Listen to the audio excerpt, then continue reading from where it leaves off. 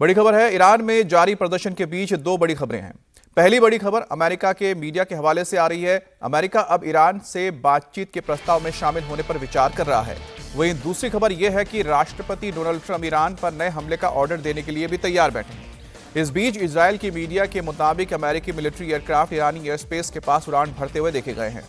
इनमें हवा में ईंधन भरने वाले जहाजों के साथ B-52 बॉम्बर्स भी शामिल हैं। इन एयरक्राफ्ट्स ने कतर बेस से उड़ान भरी। व्हाइट हाउस की प्रवक्ता ने फिर कहा है कि उन्हें ईरान की तरफ से बातचीत का संदेश मिला है और साथ ही ट्रंप सभी संभावनाओं पर विचार कर रहे हैं।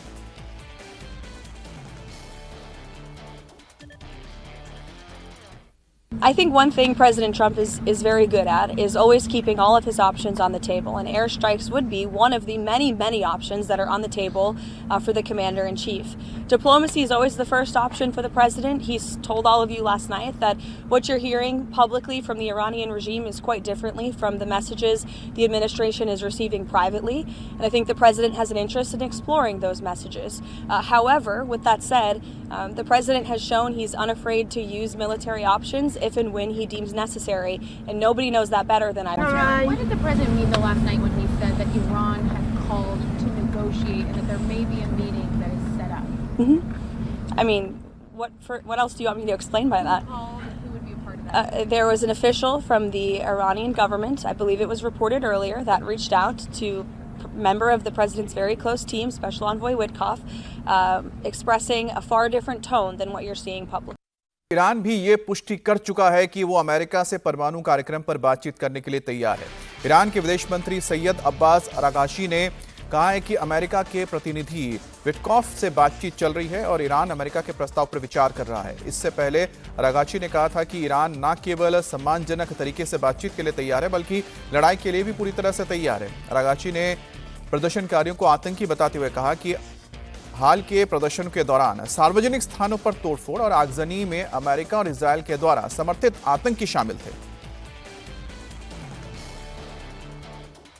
इस बीच अमेरिका के ओर से ईरान पर शिकंजा कसते हुए नया ऐलान किया गया है। अमेरिका ने उन सभी देशों पर 25% टैरिफ लगाने का ऐलान किया है जो ईरान के साथ किसी भी तरह का व्यापार कर रहे हैं। व्हाइट हाउस के सोशल मीडिया हैंडल पर कहा गया है कि यह आदेश तत्काल प्रभाव से लागू होगा और इस्लामिक रिपब्लिक ऑफ ईरान के साथ व्यापार करने वाले किसी भी देश को संयुक्त राज्य अमेरिका के साथ किए जाने वाले सभी प्रकार के व्यापार पर 25% अतिरिक्त टैरिफ देना होगा।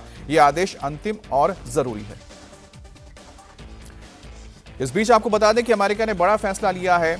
अमेरिका ने ऐलान किया है कि जो भी देश ईरान के साथ किसी भी तरह का व्यापारिक संबंध रख रहे हैं उनके ऊपर अमेरिका से किए जाने वाले व्यापार के दौरान 25% अतिरिक्त टैरिफ लगाया जाएगा। अगर भारत के लिहाज से देखा जाए तो इस वक्त भारत और ईरान के बीच भी व्यापारिक संबंध हैं और ऐसे में अमेरिका ने पहले ही भारत पर 25% और रशिया से तेल लेने के लिए 25% अतिरिक्त टैरिफ लगाया जो 50% तक जाता है। और अगर जो नया कानून लागू किया जा रहा है अमेरिका की ओर से कि ईरान से व्यापार करने वाले देशों को अतिरिक्त 25% टैरिफ देना पड़ेगा तो ऐसे में भारत के ऊपर भी करीब 75% के टैरिफ का खतरा बना हुआ है।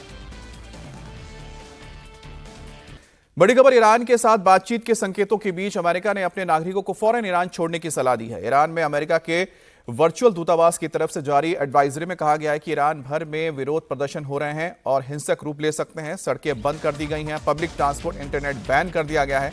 एयरलाइंस ईरान से आने जाने वाली उड़ानें रद्द की जा रही हैं। अमेरिकी नागरिकों को इंटरनेट की परेशानी के लिए तैयार रहना चाहिए। संचार के वैकल्पिक साधनों की योजना बनानी चाहिए। साथ ही ईरान से सड़क के रास्ते आर्मेनिया या फिर तुर्की जाने की तैयारी कर लेनी चाहिए।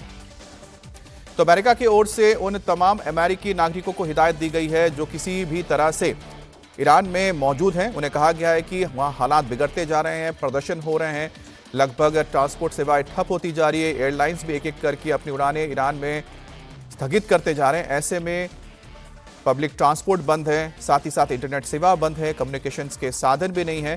तो ना सिर्फ उन्हें अपने ध्यान रखना चाहिए बल्कि उन्हें तुरंत ईरान को छोड़कर तुर्की या फिर आर्मेनिया के रास्ते वापस लौटने की सलाह दी गई है।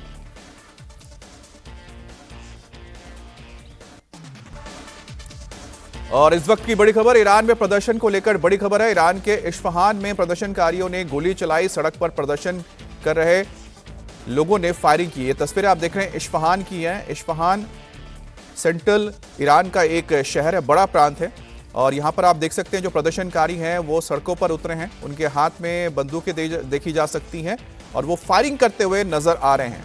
तो लगातार जो प्रदर्शन हो रहा है इस वक्त, तो प्रदर्शनकारी हैं इस वक्त सरकारी तंत्र के साथ दो हाथ करने के लिए तैयार हैं और इसमें वो हथियारों का भी इस्तेमाल करने से परहेज नहीं कर रहे हैं।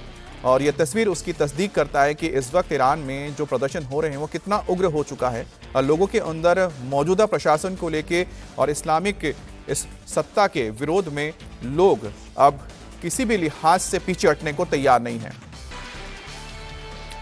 और इस्फहान शहर में प्रदर्शन हिंसक हो चुके हैं। गोलीबारी के बाद अब आगजनी की भी तस्वीर सामने आई है। दावा किया जा रहा है कि यह वीडियो रात को हुए प्रदर्शन का है। इसमें सैकड़ों लोग नारेबाजी कर रहे हैं और बड़े पैमाने पर भड़की हुई आग भी यहां पर दिख रही है। तो इस्फहान की तस्वीर देख रहे हैं। ये सेंट्रल ईरान का एक महत्वपूर्ण प्रांत और शहर है जहां पर बड़ी तादाद में प्रदर्शनकारियों ने रात के वक्त प्रदर्शन किया, आगजनी की। और आप देख सकते हैं कि यहाँ पर कई गाड़ियों को आग के हवाले कर दिया गया है। अब ये साफ नहीं है कि आखिरकार ये गाड़ियाँ क्या सरकारी थी या फिर ये निजी गाड़ियाँ थी जिन्हें आग लगाई गई हैं, लेकिन ये साफ दिख रहा है कि सड़क के बीचों बीच ये प्रदर्शनकारी मौजूद हैं।